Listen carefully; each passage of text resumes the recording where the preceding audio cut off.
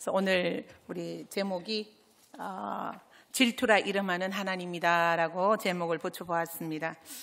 제가 청년회 때 여러 친한 친구들이 몇 명 있었어요. 아주 친한 친구가 있었습니다. 근데 그 중에 한 친구는 직업이 간호사였는데요. 이 친구가 이제 남자친구하고 자주 이렇게 만나고 저희들도 같이 섞여서 같이 만나기도 했었습니다. 꽤 괜찮은 남자친구였어요. 그래서 잘 만나고 있나 했는데 어느 날 이 친구에게 이야기 듣기를 남자친구와 헤어졌다는 거예요. 그래서 사실 우리가 너무 잘 어울리는데 왜 헤어졌냐 그러면서 왜 헤어졌는지 그 이유를 물었습니다. 그랬더니 그 친구가 이야기하기를 카페에서 만나서 지금 서로 두런두런 이야기를 하면서 차를 마시는데 옆 테이블에 아주 날씬하고 아주 예쁜 미모의 아가씨 2명이 걸어 들어와서 그 옆 테이블에 앉았다는 겁니다. 근데 그때부터 자기 남자친구가 말하다가 힐끔 쳐다보고 말하다가 힐끔 쳐다보고 계속 그랬었나 봐요. 예, 그게 걸렸었나 봅니다. 그래서 남자친구에게 경고를 줬답니다. 하지 마라 이렇게 경고를 줬음에도 그 여자분들이 먼저 두 분이 일어나서 나가는데 이 남자친구의 고개가 저절로 그냥 뒷모습을 따라가서 고개가 돌려졌다는 겁니다. 그것을 보고 이 친구가 화가 나서 그냥 아무 소리 안 하고 바깥으로 나와버리고 절교다 그리고는 문자를 보냈다고 합니다. 그런데 그 이후에 몇 개월 후에 만나니 잘 만나고 있다고 그러더라고요. 제 친구가 자신이 아닌 다른 여자를 보는 그 남자친구에게 느끼는 그때의 감정이 무엇이겠습니까?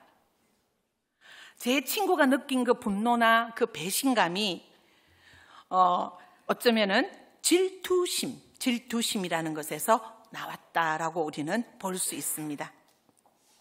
그때 느꼈던 분노와 배신감이 바로 자연스럽게 나타나는 것이 우리는 질투심이다라고 이야기합니다. 여러분, 질투를 한문으로 살펴보면 질투는 시기할 지자와 샘낼 투 이렇게 해서 질투 이렇게 되어 있습니다. 저도 어저께 찾아봤습니다마는 질투라는 이 한자는 자세히 보면 네 글자가 한 글자 이렇게 나누어져서 두 글자로 되어 있어요. 예를 들면 질자의 질투할 때 질자는 여자 여자하고 질자하고 두 개가 합쳐져서 이렇게 질자가 되었습니다. 그럼 투자는 뭐냐면 여자 여자에 돌석자가 붙어져서 투가 된 겁니다. 합체 네자가 두자로 되었습니다. 이것을 해석해 보면 아주 재미있는 해석이 나와요. 여러분들, 이 질투라는 것은 한 여자가 병이 난 상황에서 이 여자가 돌을 쥐고 있는 모습이 질투라는 겁니다. 그렇게 질투가 사용됨을 알려주고 있습니다. 자신의 애인이나 또는 남편을 다른 여자에게 빼앗긴 여자가 복수심에 불타 그 여자를 해하기 위하여 손에 돌을 들고 있는 상황을 설명하기 위해 이 질투라는 단어가 사용되었음을 볼 수 있습니다. 여러분, 성경에 또한 이 질투와 같은 의미가 사용되고 있어요. 여러분, 잠언은 자신의 아내와 외도를 한 다른 남자를 향한 한 남편의 복수를 그 누구도 막을 수 없다라고 여러분 잠언에 그 말씀이 나와 있습니다. 잠언 6장 34절에 보니까요, 남편이 투기로 분노하여 원수 갚는 날에 용서하지 아니하고 라는 말이 있습니다. 남편이 질투에 불타서 복수하는 날 조금도 동정하여 주지 않을 것이다 라는 말입니다. 자신의 아내가 외도를 했어요. 그로 인해 이 남편이 분노해서 그 분노를 표출하는 그 남편의 분노를 그 누구도 막지 못한다라는 뜻이고요. 또한 잔인한 복수가 될 것이다, 이 말이 잠언에 나와 있습니다. 그리고 같은 잠언에 또한 사랑하는 사람의 배신으로 인해 이 야기되는 질투는 그 누구도 당해낼 수 없는 엄청난 분노를 일으킨다라고 오늘 잠언에 또한 말씀하고 있습니다. 잠언 27장 4절에 보니까 이렇게 되어 있습니다. 분은 잔인하고 노는 창수 같으니와 투기 앞에 누가 서리요. 분노는 잔인하고 진노는 범람하는 물과 같다고 하지만 그 모든 것들보다 사람의 질투를 누가 당해낼 수 있으랴, 이 말입니다. 여러분 한번 보십시오. 쓰나미처럼 폭발적으로 일어나는 것이 분노와 진노예요. 그런데 그것보다 더 폭발적인 것이 있는데, 더 파괴적인 것이 있는데요. 그것이 투기 앞에 누가 서리요. 사람의 질투를 누가 당해낼 수 있으랴, 이 말을 지금 하고 있는 것입니다. 아무리 무서운 분노와 화라고 할지라도 사람이 느끼는 그 질투심에 비하면 아무것도 아니다라고 잠언 기자는 설명하고 있는 것입니다. 여러분 상상 한번 해보십시오. 여러분의 배우자가 또는 남자친구가 다른 사람을 더 사랑하고 있다면 여러분은 어떤 감정에 놓여 있으시겠습니까? 아마도 우리 모두는 피가 거꾸로 솟는 그런 말이 무엇인지 아마 피부로 느낄 수 있게 될 것입니다. 내가 가장 신뢰하고 사랑하는 사람이 나를 배신하고 나에게만 속해야 할 자신의 마음을 다른 사람에게 내어주는 것, 그것보다 더 큰 배신과 그리고 상처는 없을 것입니다. 얼마 전에 TV를 보다 보니 이혼을 경험한 부부들이 나와서 토크하는 그런 프로그램이 있었습니다. 짧게 봤는데요. 그분이 하는 말씀이 배우자를 두고 간음하는 죄를 저지른 행위는 배우자의 인격을 갈기갈기 잔인하게 죽이는 인격 살인과 같다라고 그곳에 참여한 상담 전문가가 그 말을 했음을 우리는 봅니다. 오늘 우리가 읽은 본문에 이 질투라는 단어가 나오지요. 여호와는 질투라 이름하는 질투의 하나님이니라. 우리가 남자친구나 배우자에 대한 질투를 얘기하고 있습니다만 우리가 오늘 잊지 말아야 할 아주 중요한 사실이 하나 있습니다. 그것은 바로 이 질투심을 느끼는 것이 단순히 우리만이 느끼는 것이 아니라는 거예요. 여러분, 질투심을 느끼는 존재가 또 한 분 계신다는 사실을 우리는 기억해야 합니다. 우리만 질투하는 게 아니에요. 우리가 사랑하는 대상으로 인해 질투하는 게 아닙니다. 누가 또 질투하신다고 지금 오늘 말씀하고 있습니까? 하나님께서 여러분과 저로 인해 질투하는 하나님이심을 말하고 있습니다. 성경은 하나님을 설명하는 호칭이 참 다양합니다. 좋으신 하나님, 전능하신 하나님, 사랑의 하나님, 자비로우신 하나님, 은혜의 하나님, 긍휼의 하나님. 성경 곳곳에 하나님을 이런 존재로 소개하고 있습니다. 그런데 언뜻 이해가 가지 않는 호칭이 바로 오늘 성경에 나오는 질투하는 하나님이십니다. 우리가 일상생활에서 별로 좋지 않은 어감으로 사용되는 단어가 바로 이 질투라는 단어인데요. 이 단어를 하나님을 설명하는 데 붙이니 우리는 더욱 이해가 어려울 수 있을 것 같습니다. 하나님도 질투할 대상이 있다는 말입니까? 하나님도 속 좁게, 인간처럼 속 좁게 누군가를 질투하신다는 그런 말인가요? 그런 생각을 우리는 가질 수도 있습니다.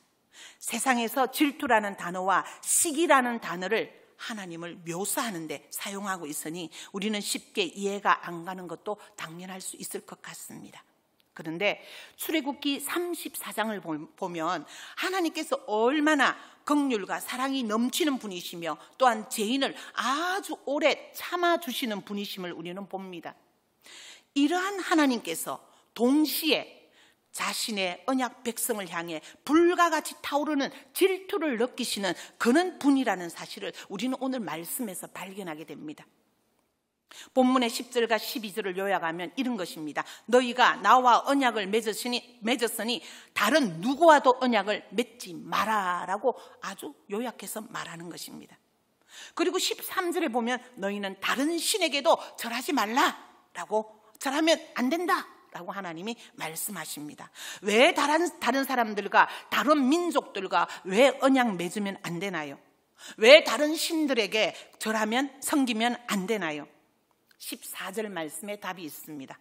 나 여호와는 질투라 이름을 가진 질투하는 하나님이기 때문이다 라고 하나님께서 선포하시는 것입니다. 오늘 우리는 오늘의 본문에서 엄청난 놀라운 진리를 발견하게 됩니다. 하나님께서는 자기 백성들을 향하여 질투하실 뿐만 아니라 자신의 이름이 곧 질투다라고 선포하고 계시는 것입니다. 이 말은 곧 하나님께서 질투의 화신이라는 의미로 되겠지요. 여러분, 질투가 무엇이냐고 묻고 싶다면, 아니면 질투가 무엇인지 알기 위해서는 누구한테 가라는 걸까요?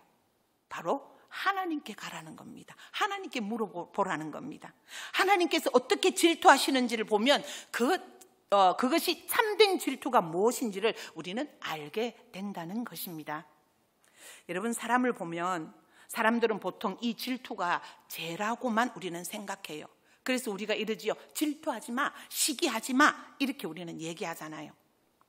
하나님의 이름이 질투시며 불과 같은 질투심을 느끼는 분이라고 설명하면 대부분의 사람들은 당황해할 수 있습니다.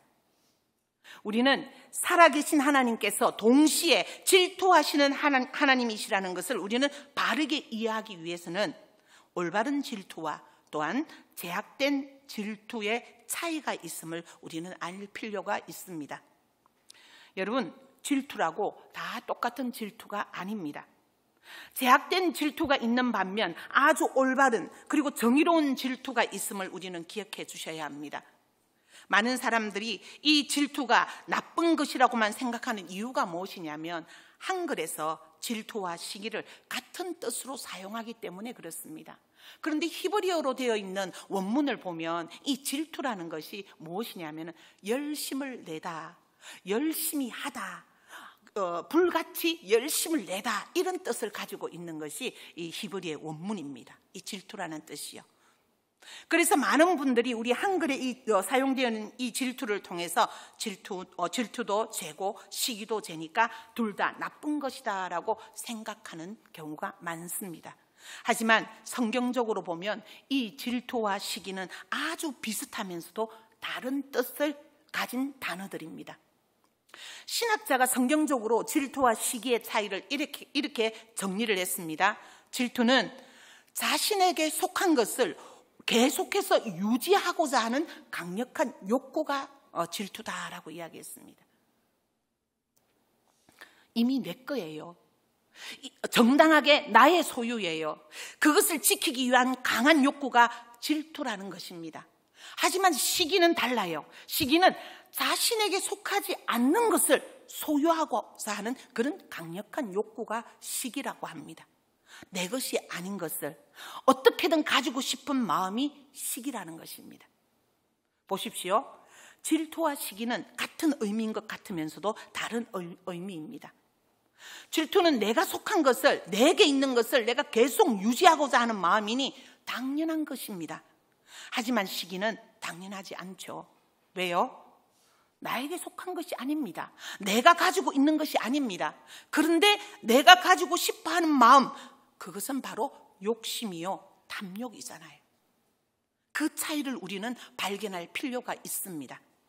그렇다면 우리 하나님은 질투하시는 하나님이실까요? 시기하시는 하나님이신가요?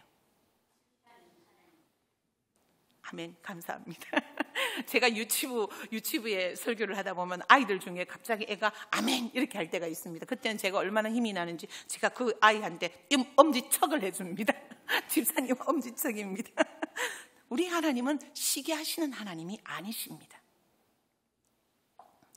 하나님은 결코 시기하는 하나님이 아니십니다. 하나님은 언제나 질투하시는 하나님이십니다. 하나님께서 자신에게 속하지 않는 것을 얻기를 바라시거나 남의 것을 탐내는 그런 어리석은 죄를 짓는 분이 아니십니다.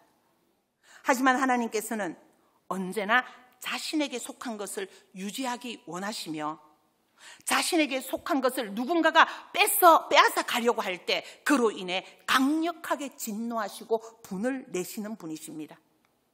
그리고 자신에게 속한 것을 빼앗아 가려고 하는 그 존재를 향한 하나님의 질투의 진노는 의로운 진노로서 죄가 되지 않습니다.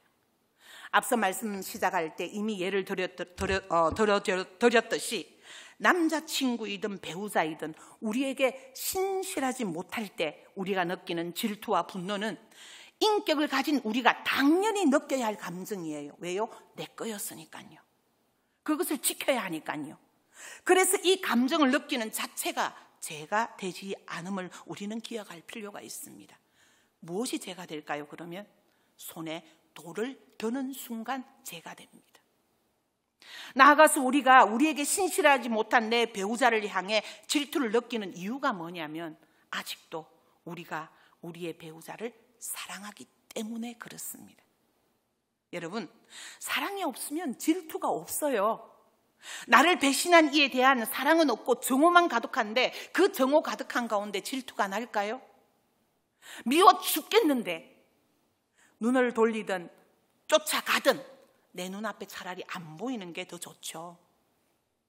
질투라는 감정이 생기려면 기본적으로 사랑이라는 감정이 있어야만 질투가 가능하다는 사실을 우리는 이해할 필요가 있습니다. 이와 같이 하나님께서도 자신에게 속하고 자신이 사랑하는 대상이 자신으로부터 멀어지려고 할 때 뜨거운 불타는 용광로 같은 질투를 느끼신다라고 말씀하시는 겁니다. 왜 그럴까요? 하나님의 사랑이 너무 크기 때문이죠. 누구를 향한 사랑일까요? 바로 자신의 백성을 향한 사랑이 너무 커서 자신의 백성이 자신을 사랑하지 않고 되려 다른 것들을 사랑할 때 그거에 대해서 정당한 질투를 느끼신다는 것입니다. 그렇다면 하나님께서 가장 사랑하시는 대상이 있어요. 바로 하나님께서 가장 큰 질투를 느끼는 두 대상이 있는데 그것이 무엇인지 아십니까? 바로 그것은 하나님 자신의 영광입니다. 하나님이 질투를 느끼시는 첫 번째 대상이 자신의 영광이에요. 성경 많은 곳곳에서 하나님을 섬기는 태도를 설명할 때 우상을 섬기지 말라라고 하는 말씀이 구약과 신약 곳곳에 나오는 것을 우리는 봅니다. 우상 숭배가 왜 안 되나요? 하나님의 영광을 다른 신에게 주는 거잖아요. 그래서 안 된다는 것입니다. 하나님이 가장 먼저 추구하시는 게 바로 하나님의 영광입니다. 그리고 두 번째 가장 질투심을 느끼는 대상이 바로 자신의 언약 백성입니다. 그래서 오늘 본문의 말씀을 요약하자면 하나님께서는 자신의 영광과 자신의 언약 백성을 위해 질투하신다라는 것입니다. 하나님께서는 자신의 영광을 위해 질투하신다 했는데 이스라엘 백성이 가나안 땅에 들어갈 때 반드시 하지 말아야 할 것이 무엇이라고 말씀하고 있나요? 오늘 우리 말씀에 보면 내가 너희와 언약을 세운다. 너희가 가나안 땅에 들어갈 때 그 땅에 사는 사람들과 언약을 맺지 않도록 하라라고 지금 하나님이 말씀하시는 겁니다. 그들과 언약을 세우면 어떤 일이 일어나나요? 그 다음 말씀에 보니까요, 그 언약 자체가 그들에게 올무가 될 것이다 라고 했습니다. 어떤 올무일까요? 바로 우상 숭배의 올무입니다. 우리가 왜 그렇게 하면 안 될까를 14절의 말씀에 보니까 나는 질투라 이름을 가진 질투의 하나님이다 라고 말하고 있습니다. 너희들이 우상을 섬기면 나는 질투한다, 이 말을 지금 말씀에서 요약하고 있습니다. 하나님께서는 가나안 땅에 거하는 이방 족속들과 언약을 맺지 말라고 말씀하셨어요. 바로 그들이 우상 숭배를 저지르는 이방 민족과 언약을 맺고 그리고 그들이 섞여서 살게 될 때 그들이 분명히 하나님을 배신하고 그리고 다른 신들을 우상 숭배하게 되기 때문임을 우리 하나님이 아셨습니다. 자, 그렇다면 이렇게 우상 숭배에 빠지지 말아야 할 이유가 우리는 뭘까요? 그것은 바로 하나님의 백성인 이스라엘 백성이 하나님이 아닌 다른 신들에게 하나님께 드려져야 할 그 영광을 그들에게 주어서는 안 된다라는 것입니다. 우상 숭배가 왜 큰 죄냐면 바로 하나님께 드려져야 할 영광을 다른 존재에게 주는 것이기 때문에 그것이 죄가 되는 것입니다. 하나님께서 가장 추구하시는 것이 바로 자기 자신의 영광이다라고 말씀드렸어요. 인간인 우리가 우리 자신을 가장 사랑하고 우리 자신의 영광을 추구하면 어떻게 되냐면 그거는 큰 죄가 됩니다. 그것은 아주 교만하고 제약된 행동이죠. 왜냐하면 우리는 사랑과 영광을 받을 만한 그런 가치가 있는 없는 존재이기 때문입니다. 하지만 하나님은 제약되고 그리고 제한적인 우리와는 완전히 다른 존재임을 우리는 압니다. 하나님께서 자신을 사랑하는 게 죄가 되지 않아요. 또한 하나님께서 이 세상 전 우주에서 가장 영광스러운 존재라는 것을 우리는 다 알고 있습니다. 그래서 하나님 스스로 영광을 구하는 것이 죄가 되지 않아요. 하나님은 자기 자신이 영광을 받으시기 가장 합당한 존재이기 때문입니다. 그래서 하나님께서는 자기 자신의 영광을 위해 질투하시는 하나님이시고, 자기 자신의 영광을 위한 하나님의 질투는 죄가 아닐 뿐 아니라 아주 선하고 의로운 질투가 된다라는 것입니다. 그래서 정당한 질투가 되는 것이지요. 여러분, 십계명을 다 아시지요? 오늘 우리 유치부 유아부도 십계명에 대해서 오늘 제4계명을 우리 아이들과 이야기를 나눴습니다.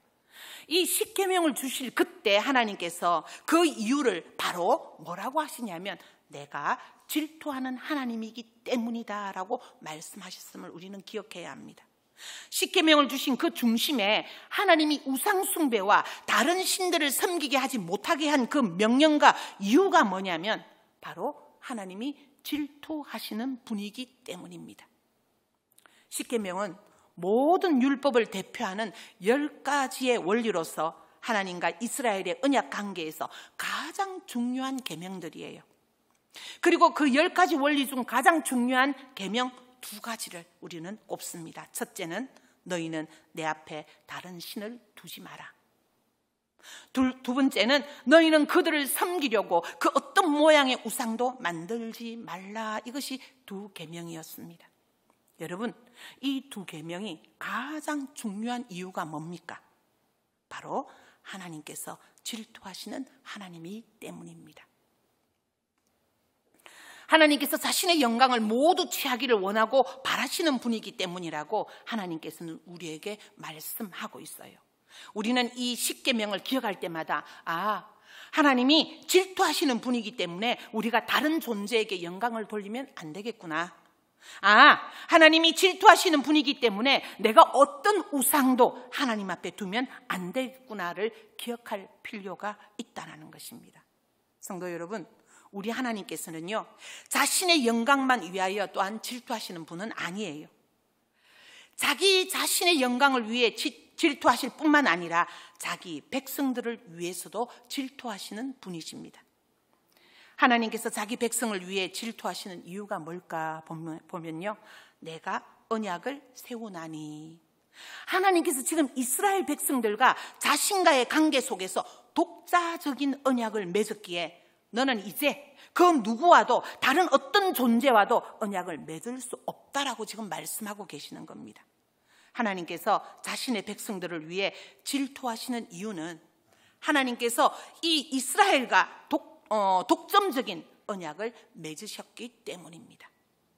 이 말은 곧 하나님과 이스라엘이 마치 남편과 아내가 부부로서 서로를 영원히 구속하는 결혼의 언약을 맺듯이 서로에게 영원히 종속되는 사랑의 언약을 맺음을 의미하는 것입니다. 그러기에 하나님께만 종속되고 하나님만을 사랑하고 경배할 이스라엘은 다른 신들을 경배하고 그리고 다른 신들 앞에 우상 숭배에 빠지게 할 이방 민족들과 어떤 언약도 약속도 맺어서는 안 된다라는 것을 말하고 있는 것입니다. 여러분, 구약 성경과 신약 성경을 통틀어서 가장 위대하고 중요한 명령이 무엇인지 아십니까?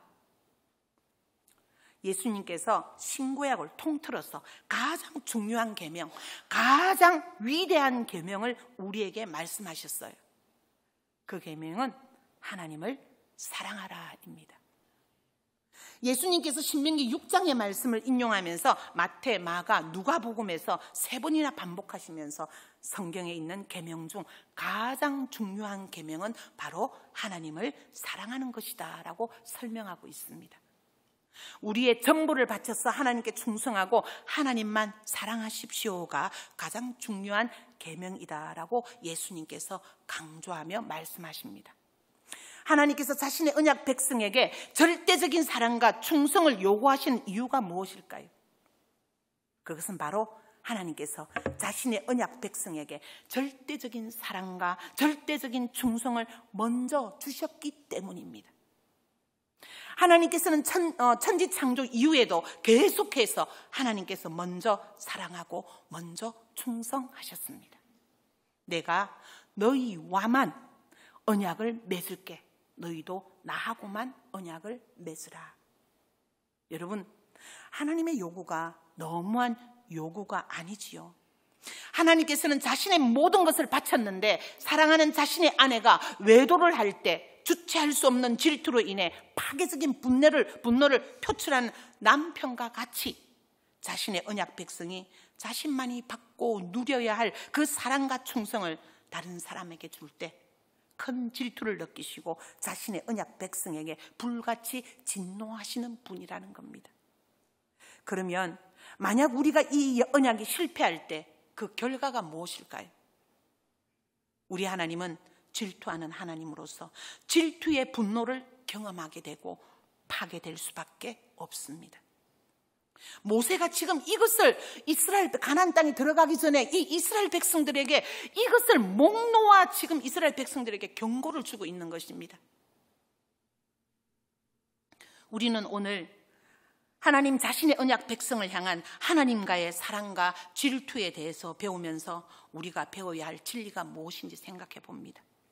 그것은 바로 하나님께서 이 새 언약의 언약 백성인 우리를 통해서 이토록 사랑하시고 또한 우리를 향한 사랑이 너무 크셔서 우리가 하나님 아닌 다른 존재를 더 신뢰하고 더 사랑하고 더 경배할 때 우리를 향해 뜨겁게 불타오르는 질투를 느끼신다는 것을 우리는 알아야 합니다. 지금의 시대를 살아가고 있는 이 새 언약 백성인 우리에게 말씀하고 계십니다. 하나님을 섬긴다는 자들이 교회에 나와요. 교회 안 나오는 게 아닙니다. 성경 안 읽는 게 아닙니다. 기도 안 하는 게 아니에요. 하나님 경배한다면서 입으로 고백하면서 교회는 나와요. 그런데 그 마음이 하나님의 영광이 아니에요. 하나님에 대한 충성이 아니에요. 하나님의 사랑이 아니에요. 대부분의 성도들이 다 자기를 위한 것이고 다른 것들을 위한 그런 것들을 가지고 교회에 나옵니다. 자식을 위한 것, 아내를 위한 것, 자기를 위한 것, 가족들을 위한 것. 하나님은 그들 마음에 중심이 없어요. 다 부수적인 것들을 위해서 하나님을 섬기려고 할 때 하나님이 그렇게 질투심을 느낀다는 것입니다. 여러분, 구약을 읽으면서 이스라엘 백성들을 향해 혀를 끌끌 차셨죠. 어이구, 저 못난 사람들 어떻게 하나님 성전에서 우상 숭배를 해.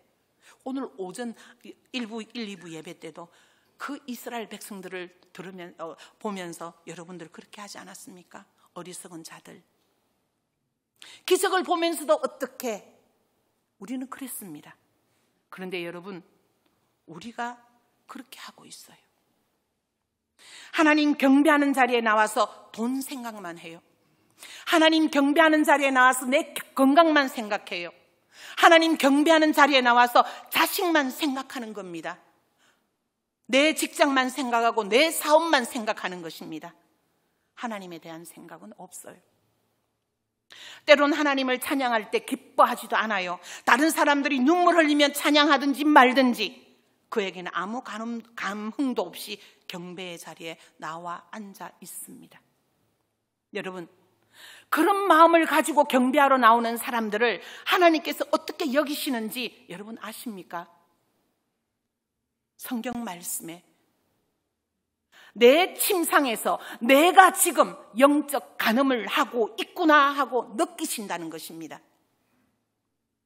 하나님의 언약 백성인 우리가 하나님을 배신하고 하나님이 아닌 존재를 신뢰하고 경배할 때 우리는 결코 하나님께 져서는 안 되는 큰 죄를 짓고 있는 것입니다. 그러나 너무나 안타깝게도 옛 언약 백성들 중 대다수의 이스라엘 백성들은 자신의 영적인 남편인 하나님을 배신하고 수많은 이방신들과 영적 간음에 빠져 하나님을 질투나게 했습니다. 또 신약 백성인 우리들 중에도 많은 사람들이 하나님이 아닌 다른 존재들의 우리의 신뢰와 사랑을 맹세하며 하나님의 불타오르는 질투를 유발하고 있습니다. 지금 이 시간 우리가 하나님의 입장에서 바라볼 수 있기를 간절히 바랍니다. 영적인 신부인 우리가 하나님을 저버리고 영적 간음에 빠진다는 것을 가장 끔찍한 일로 여기신다는 사실을 기억하십시오. 우리 모두는 하나님을 믿는 하나님의 백성이 하나님을 향해 저지른 이러한 배신이 하나님을 믿지 않는 사람들이 짓는 그 어떠한 끔찍한 죄보다 더 끔찍한 죄라는 사실을 우리는 자각할 필요가 있습니다. 성도 여러분, 처음 믿을 때 영원히 하나님만 사랑하겠다고 우리 다 고백하지 않았나요? 그런데 어느 순간 세상이 더 멋져 보입니다. 세상이 더 아름다워 보입니다. 돈이 탐스러워 보여요. 내 직장이, 내 사업이 하나님보다 더 귀중하게 여겨집니다. 우리가 그런 일을 해나갈 때 하나님께서 어떻게 느끼실까요? 언약을 어겨서 하나님 자신이 수치심과 질투심을 느끼신다는 것입니다. 우리가 하나님보다 돈을 더 사랑하여 하나님을 포기할 때 하나님은 우리를 향해 불타는 질투심을 느끼십니다. 혹 여러분이 하나님을 경배하고 봉사하기 위해 교회에 나오는데 그 이유가 오직 하나님께서 나에게 더 큰 물질과 복을 주시고 나에게 더 큰 건강의 복을 주시고 내 자녀에게 복을 주시기를 바라면서 나오신다면 하나님께서는 이미 여러분을 향해 불타는 질투를 느끼고 계십니다. 우리가 하나님보다 직장을 더 중요하게 여겨서 직장을 위해서는 어떤 희생도 치르지만 예수님의 몸인 교회를 위해서는 그 어떤 희생도 치르기를 거부할 때 하나님께서는 우리를 향해 불타오르는 질투를 느끼십니다. 하나님을 아는 지식보다 세상에서 살아남고 성공하기 위한 세상 지식을 더 소중하게 여겨 세상의 지식을 얻기 위해서는 잠까지 설쳐가며 열심히 공부하지만 하나님을 알기 위해 하루에 몇 장 읽는 그 성경 읽는 그 노력조차도 하고 있지 않다면 하나님께서는 우리를 향해 불타는 진노를 느끼고 계십니다. 또한 우리가 우리의 취미생활을 위해서라면 혹은 우리가 원하는 물건을 사기 위해서라면 혹은 우리의 외모를 가꾸기 위해서라면 시간과 돈을 아끼지 않지만 하나님의 사역을 위한 돈을 내야 할 때 혹은 불쌍한 이웃을 돕기 위한 돈을 내게 될 때에는 항상 주저하는 우리의 내 모습을 볼 때요 하나님께서는 이미 불타는 질투를 우리를 향해 느끼고 계십니다. 또한 우리가 구원받고 난 후에도 우리의 오래된 죄의 습관을 버리지 못하고 비밀의 공간, 아무도 보지 않는 데서 계속 이는 죄를 짓고 있다면 하나님께서는 하나님 자신보다 죄를 더 사랑하는 우리를 향해 아주 큰 진노를 이미 느끼고 계십니다. 우리 모두는 더 이상 삼키는 부리신 하나님의 진노를 유발하는 그런 삶을 살지 말아야 합니다. 신약의 바울이 고린도 교회를 세우고 난 뒤에 그 교회를 바라보면서 이렇게 말했습니다. 나는 여러분을 위해 하나님의 질투심을 느낍니다 라고 말합니다. 바울이 고린도 교회를 세웠어요. 그리고는 그는 떠났습니다. 다른 데 개척하기 위해 떠났습니다. 그런데 들려오는 소문이 너무나 흉흉합니다. 하나님만 사랑하라고 했어요. 하나님만 경배하라고 가르쳤어요. 그런데 그 고린도 교회에서 무슨 일이 일어났냐면 성적인 죄가 일어났어요. 파당이 생겼어요. 우상 숭배가 만연했어요. 수많은 죄를 통해서 하나님을 배신하고 있었습니다. 그때 자신이 세운 고린도 교회 성도들을 보면서 바울이 느낀 게 뭐냐면 바로 하나님의 불타는 질투였습니다. 자기 백성을 향한 하나님의 그 동일한 질투를 바울이 느꼈다라는 겁니다. 여러분, 우리를 너무 사랑하셔서 질투하시는 하나님께서 이제 더 이상 우리로 인해, 나로 인해 질투하지 않으시고 우리 교회를 통해 받으시기에 합당한 사랑과 영광을 받으시게 하기 위하여 여러분의 삶을 점검해 보시기 바랍니다. 그리고 내가 순결한 자로서 하나님만 사랑하고 그리스도만 사랑하겠노라고 다짐하시기를 간절히 소망합니다. 기도드리겠습니다. 하나님 아버지, 우리는 자주 실패하고 넘어지는 우리들이지만 우리에게 다시 기회를 주시고 사랑해 주시는 하나님 아버지의 은혜에 참으로 감사를 드립니다. 그러나 하나님의 은혜를 망각하고 하나님보다 세상의 많은 것들에 눈을 돌리며 살아갑니다. 우리들에게 하나님보다 더 사랑하고 가치 있게 여기는 것들을 잘 분별할 수 있는 지혜와 철저하게 끊어낼 수 있는 용기와 믿음을 허락하여 주옵소서. 우리가 늘 주님의 부르심에 순종하며 주님을 바르게 따라가는 그런 삶을 살아갈 수 있도록 성령 하나님 인도하여 주옵소서. 예수님의 이름으로 감사하며 기도합니다.